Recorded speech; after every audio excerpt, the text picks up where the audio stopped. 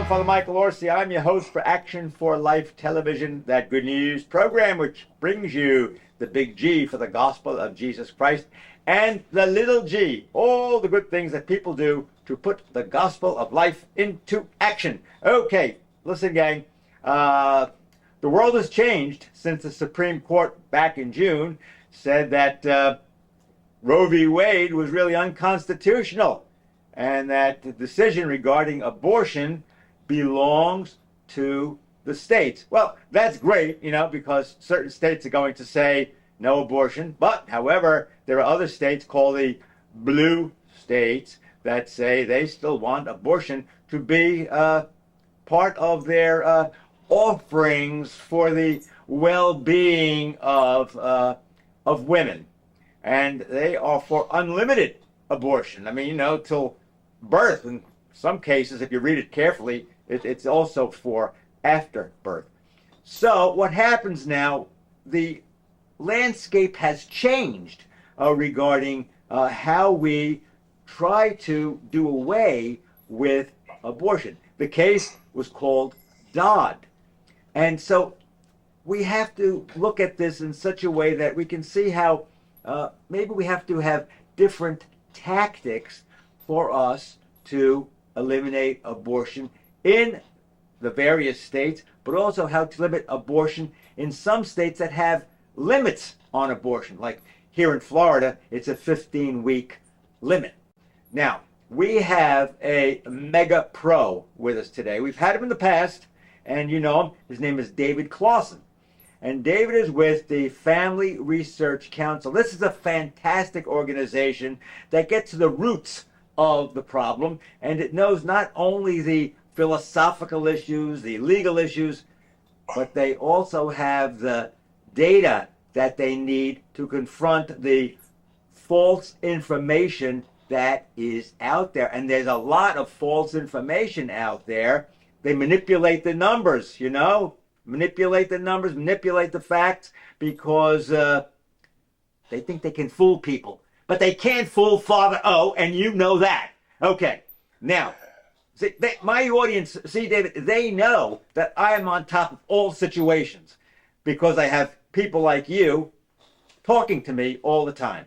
Now, David, how has the world changed since the Supreme Court decision known as Dodd v. Jackson?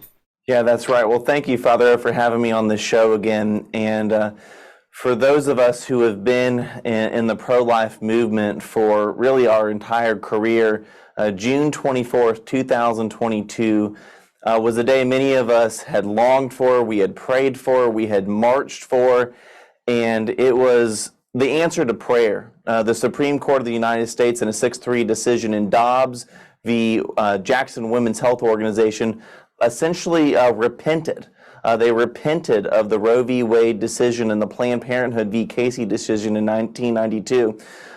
In the majority opinion written by Justice Samuel Alito, he said that Roe was egregiously wrong from the beginning, and it reversed it. So now, just like you said in your introduction, the issue of abortion has been returned back to the states and to their elected representatives. So currently, right now, there are 19 states in the country where abortion is illegal. The life is protected from conception. Now, some of those are still on hold because of courts, but there are 19 states right now where there are laws on the books that are protecting unborn children. And what an answer to prayer. We just need to realize that God heard and answered our prayers on June 24th, 2022. Okay, now, David, how has the landscape changed insofar as where does the pro-life movement go from here? Yeah, no, such a good question. I think, like I said, the question of abortion has been returned to the states and their and to the people. And so a lot of states, hoping that Roe v. Wade would eventually be overturned, began enacting pro-life protections. So you mentioned in the state of Florida, they decided, the state legislature passed a 15-week ban on abortion. Now, of course, before June 24th, that was not able to be enforced. It was declared unconstitutional. In Ohio, a couple of years ago, they passed a heartbeat bill that said when a heartbeat or cardiac activity can be detected, that unborn child would be protected by the laws of the state of Ohio. Well, because of Roe v. Wade, that law was not able to be enforced. Well, what's happened, Father O, in the last couple of weeks and months since June 24th is that states that had passed laws after Roe v. Wade, the attorney generals in those states were able to then go back and enforce those laws. Now, some states had protections for the unborn children on the books. Those laws had been passed before 1973, such as in the state of Michigan, the state of Wisconsin. So today, even though those states are controlled, have governors and attorney generals that are Democrats and very much pro-choice, but because those laws were already on the books pre-1973, they were unenforceable for the last 49 years, but those laws are now back into effect and being enforced. And so again, we have a patchwork system now across all 50 states. And so one of the things that we're doing at Family Research Council is engaging now on a state-by-state level, making sure folks and just good Christian people know what the lay of the law is in their state and giving them tools to engage. Okay, let's talk about these states like Michigan. I think that they had their anti-abortion law from 1932. That's a long time. Couldn't be enforced, okay? Now, seems like it can be.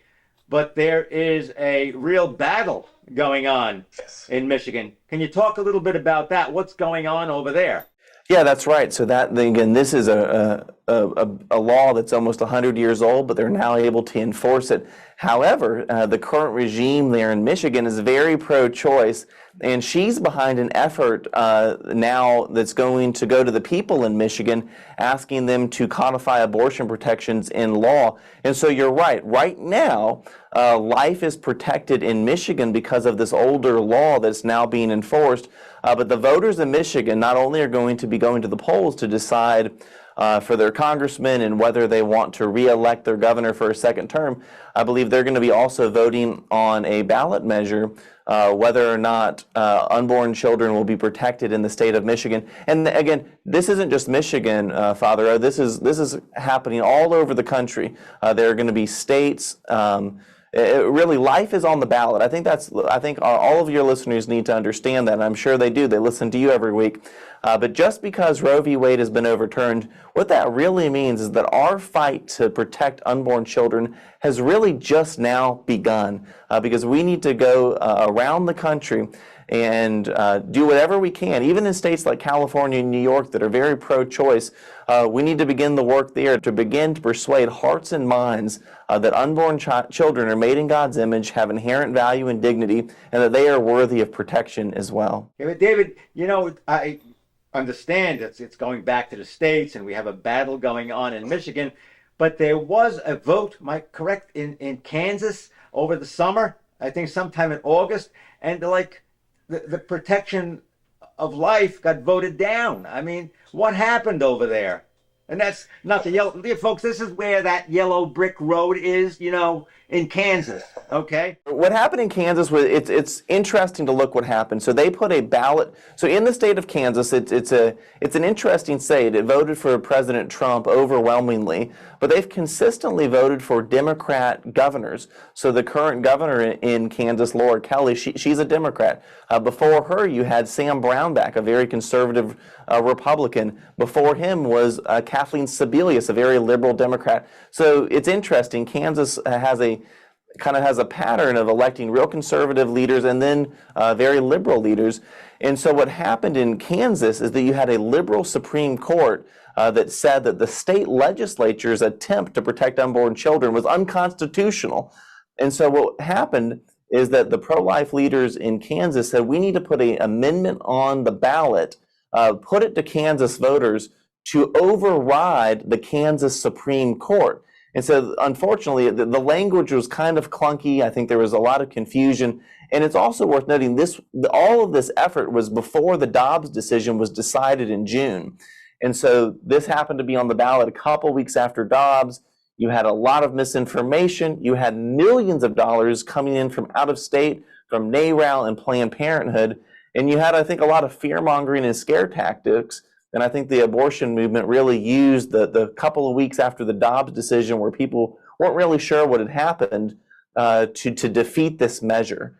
And so it shows that even in a conservative, a semi-conservative state like Kansas, we need to be very clear in our messaging and not let the abortion lobby get their talking points out there. When it comes to pro-life legislation, we need to be making the case that pro-life legislation is pro-woman and it's pro-child. Yeah, because, some of the commentaries that I've seen said, well, some of the problem was that, pro-life did not get out the message correctly, and also the way the wording was in the amendment, and it confused people. But of course, the radical left wing is saying that shows that women are for abortion.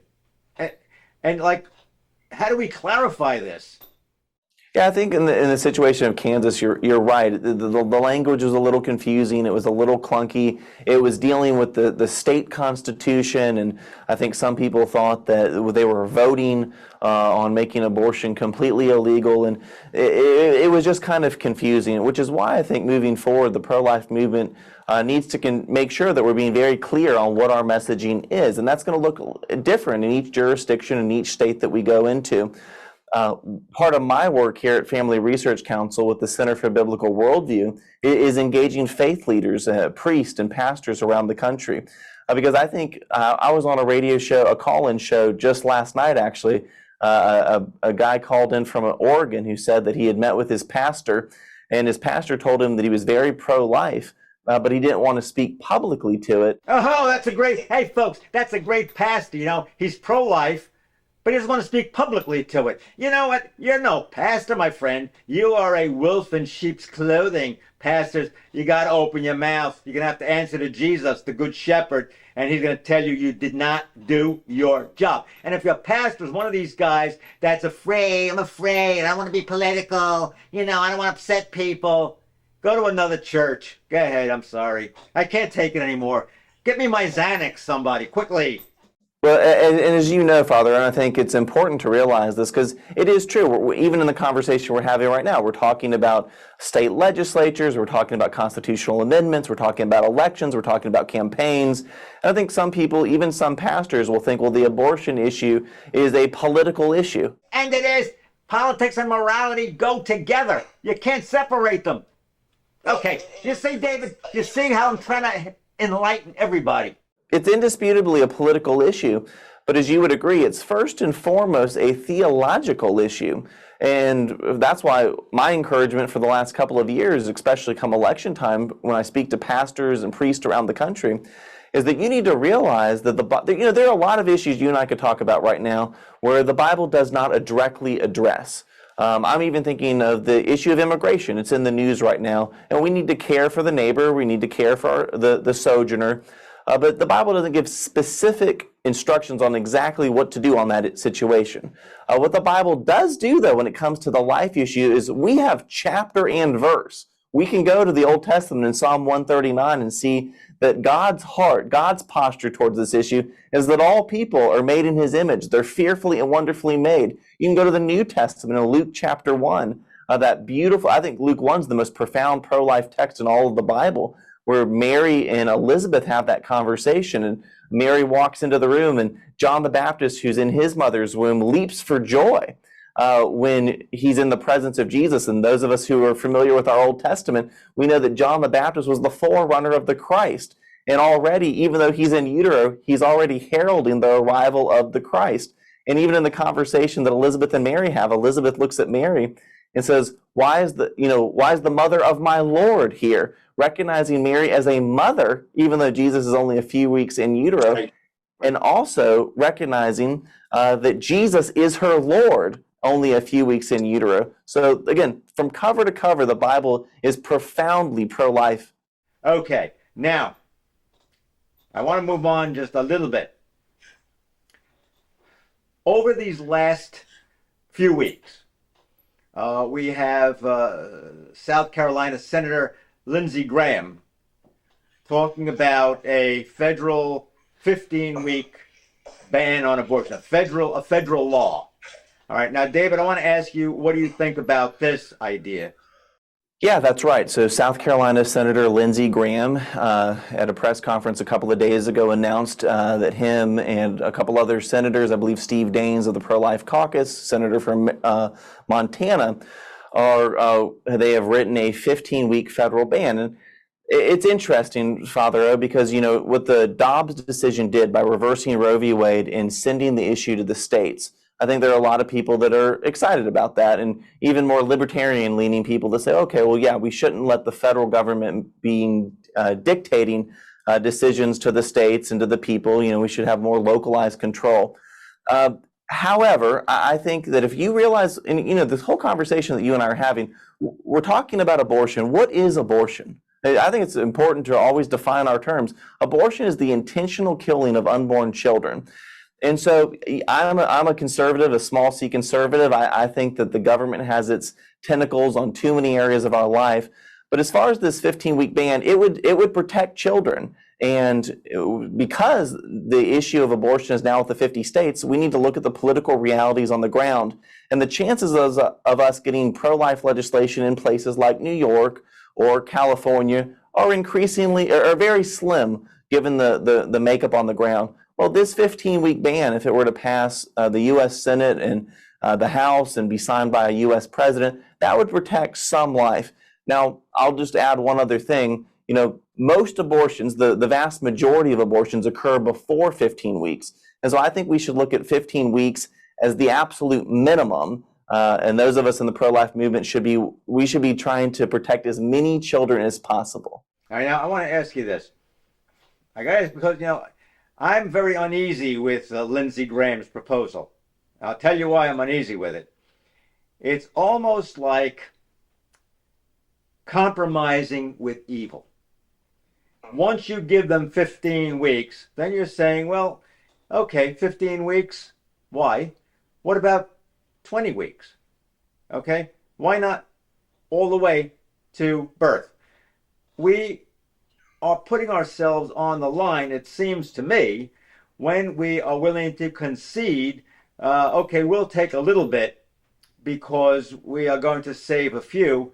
In the meantime, it seems to me we're compromising ourselves. That's old Father O's take on this whole thing, because once you give an inch, they're going to take a yard.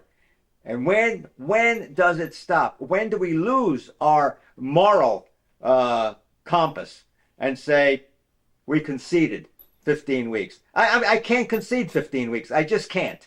No, I think that's fair, and I think this, what we're kind of touching on right now is a debate on strategy. It's a debate on tactics. I'm going to want to protect as many unborn children as I possibly can. And so in a very blue state like California, if the very best I can get is 15 weeks, I would take it. However, the next day I'm going to get back at it and try to get that heartbeat bill. Because at the end of the day, as Christians, we believe that life begins at conception. And so we, as Christians, ultimately should be pushing to the point where abortion is illegal at all stages and unthinkable. And so I think the pause that you have, Father O, about the 15-week ban, I think it's appropriate. Because if we're being very honest, again, the vast majority of abortions occur before 15 weeks. And so I think those of us in the pro-life movement, we should be grateful to see any politician wanting to protect life. We need to hold them accountable. Many conservatives run on a pro-life platform, then they get into office and they don't do anything about it. So we should be grateful for anyone trying to protect life. But I agree with you that 15 weeks is it's minimal, and we should be trying to do even more to protect unborn babies prior to 15 weeks. Okay, why would Lindsey claim that this could be bipartisan? If I were a true blue Democrat and I came from New York or California, why would I want to go along with that? Because sky's the limit over there. Well, I hadn't heard that comment from Senator Graham. I think it's, maybe he's had conversations that I don't know about. But the truth is that the Democrats in the U.S. Senate have had opportunities to vote on very common sense legislation just in the last 2 years. Lindsey Graham also was the author of the Pain Capable bill. It was legislation that said at the point where a baby can feel pain, which is around 21 weeks, that abortion would be illegal. Only 2 Senate Democrats voted for that. Ben Sass, senator from Nebraska, for the last 2 cycles, he's introduced legislation called the Born Alive Survivors Protection Act. Legislation that simply says if a baby survives a botched abortion, if there's a late-term abortionist, he messes up somehow and the baby's actually born, that baby would be entitled to medical protection. Again, this isn't even abortion. This is infanticide. We're talking about the Born Alive Protection Act. And yet every Democrat, I think, except Joe Manchin and maybe Bob Casey, voted against that bill. And so when the Democrats in this U.S. Senate and the House of Representatives have had opportunities to pass just very basic pro-life protections, they've voted against it every single time. And even, Father, just a couple of weeks ago, when Nancy Pelosi brought to the floor the Women's Health Protection Act, a bill that would codify Roe v. Wade through all 9 months of pregnancy, every Democrat in the House of Representatives, minus one, Henry Culler of Texas, voted for it. And so, when we talk about bipartisanship and abortion, unfortunately, the last several years or so show that Democrats are in no mood to vote for even common sense basic protection for unborn children. And that is my point. One cannot negotiate with the devil. I just cannot abide it. Now, I want to ask you, what strategies are you recommending now with the Family Research Council? Yeah, one resource that I'll point your listeners to is we have a map that shows where the state of pro-life laws are around the country. You can go to frc.org /pro-life maps, and you can click on each of the 50 states and see exactly where your state is. It's interesting. We probably don't have time to talk about this, but for the Defense or the Respect for Marriage Act is a piece of. I was going to get to that. Okay, well, that's legislation that would codify same-sex marriage, and one of the reasons Chuck Schumer has delayed a vote on that is he does not have the votes for it, and I think that is evidence that some of the campaigns that FRC has been a part of are working. We've been encouraging our constituents to call their senators, just to blow up the phone lines, and from the feedback we're hearing is that those calls are being taken and they're being listened to, and we're sending a clear message to the Republican caucus. The conservatives won't countenance this redefinition. So on the abortion issue, I think we need to get engaged. We can celebrate June 24th as a monumental victory that was 49 years in the making, but we need to get involved at the local level. We need to be talking to our state senators and our state representatives, making sure that they know that these issues of protecting unborn children are valuable. At no other point in the history of the pro-life movement have the states mattered as much as they do. And so pastors, priests, engaged citizens need to be getting to know their state senators, their state legislators, and letting them know that at the next legislative session, protecting unborn children is the #1 priority for them. Okay, David, let's talk a little bit about the Respect for Marriage Act. We only have about a few minutes left, but I want to talk about this because this is very, very important. What does it tell us exactly what this is all about, what it means? Yeah, really briefly, in 2015, the Obergefell v. Hodges decision, 5-4 decision by the United States Supreme Court, imposed same-sex marriage on all 50 states. Fast forward 7 years later, and you have the Dobbs decision handed down on June 24th. Well, in a concurring opinion, Justice Clarence Thomas said that some of these other decisions that the court has made should probably be revisited, and he cited Obergefell. Well, that made the Democrats, some of them, lose their mind. And Nancy Pelosi, within just a couple of days, introduced legislation that would codify same-sex marriage. Because it's interesting, when you look at the same-sex marriage and the LGBT revolution in this country, most of the gains that the left has had was through activist courts. Most of the states, 33 states that voted on marriage, decided to vote and define marriage between a man and a woman. And so most of the wins that the LGBT revolution has had in the last 20 years were through activist courts. And so in one sense, it's kind of good that Nancy Pelosi and the Democrats have realized, they've rediscovered that they need to actually legislate. And so they introduced a short bill that would essentially codify same-sex marriage into federal law. It passed the House of Representatives. Every Democrat voted for it, including 47 Republicans, which was somewhat of a surprise. And so where that bill stands now is it's in the Senate, and Chuck Schumer, just as recently as just a week or so ago, said that they were going to vote on it, but they were going to delay that vote until after the midterms. And this bill, again, would in federal statute codify that Obergefell decision that same-sex marriage is in federal statute. Yeah, well, he delayed the vote because he didn't have the vote. He's going to wait till after the election because a lot of these weasel politicians are afraid they're going to lose votes no matter which way they vote. That's the story. A lot of these politicians, ladies and gentlemen, they have no moral backbone. They go from election to election, and they look at the short term, and they don't look at the big term. They don't look at the big picture. Father O looks at the big picture. So this Respect for Marriage Act, I mean, marriage between a man and a woman. So, you respect for marriage between a man and a woman. All right. Problem here is that we also have some threats to religious freedom, right, David, in this thing. And now I hear, Senator Romney and Susan Collins from Maine, they can do some tweaking of this so that way religious freedom is protected. You saw how religious freedom was protected, the Little Sisters of the Poor, with Obamacare. That's why I tell you, do not negotiate with the devil. You compromise your moral core. And so if you begin to say that gay marriage is okay, it's not okay. It's not okay. Contrary to the laws of nature, contrary to the laws of Almighty God. And then, of course, embedded in all of these things, they attack the Bible. They attack the church because of the last thing that's standing up between the state and us. And once they get rid of God, once they get rid of the Bible, we are at the mercy of the state. David, you agree with me 100%, don't you? No, I agree with you that what we're talking about here with marriage, it's an assault on natural law, it's an assault on God's word. And what concerns me is that many Christians seem to say, well, this battle for marriage, for God's definition, for God's design, we've lost this battle, let's just move on. And I don't think we can ever move on from something as basic as marriage.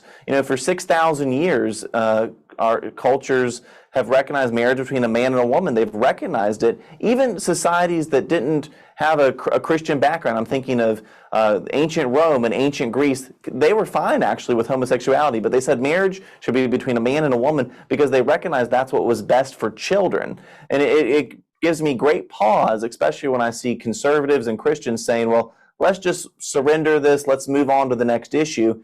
We can't ever surrender anything that God's word teaches on, but especially something that is so core to the bedrock of society. That's right. To quote Winston Churchill, never give in, never give in, never, never, never give in. Hey, ladies and gentlemen, I want to thank David for being with us. David's for action, I'm for action, and I know you are too.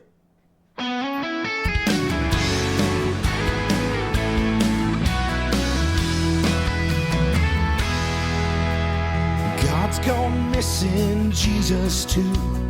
No more welcome in our schools. No more place in our military.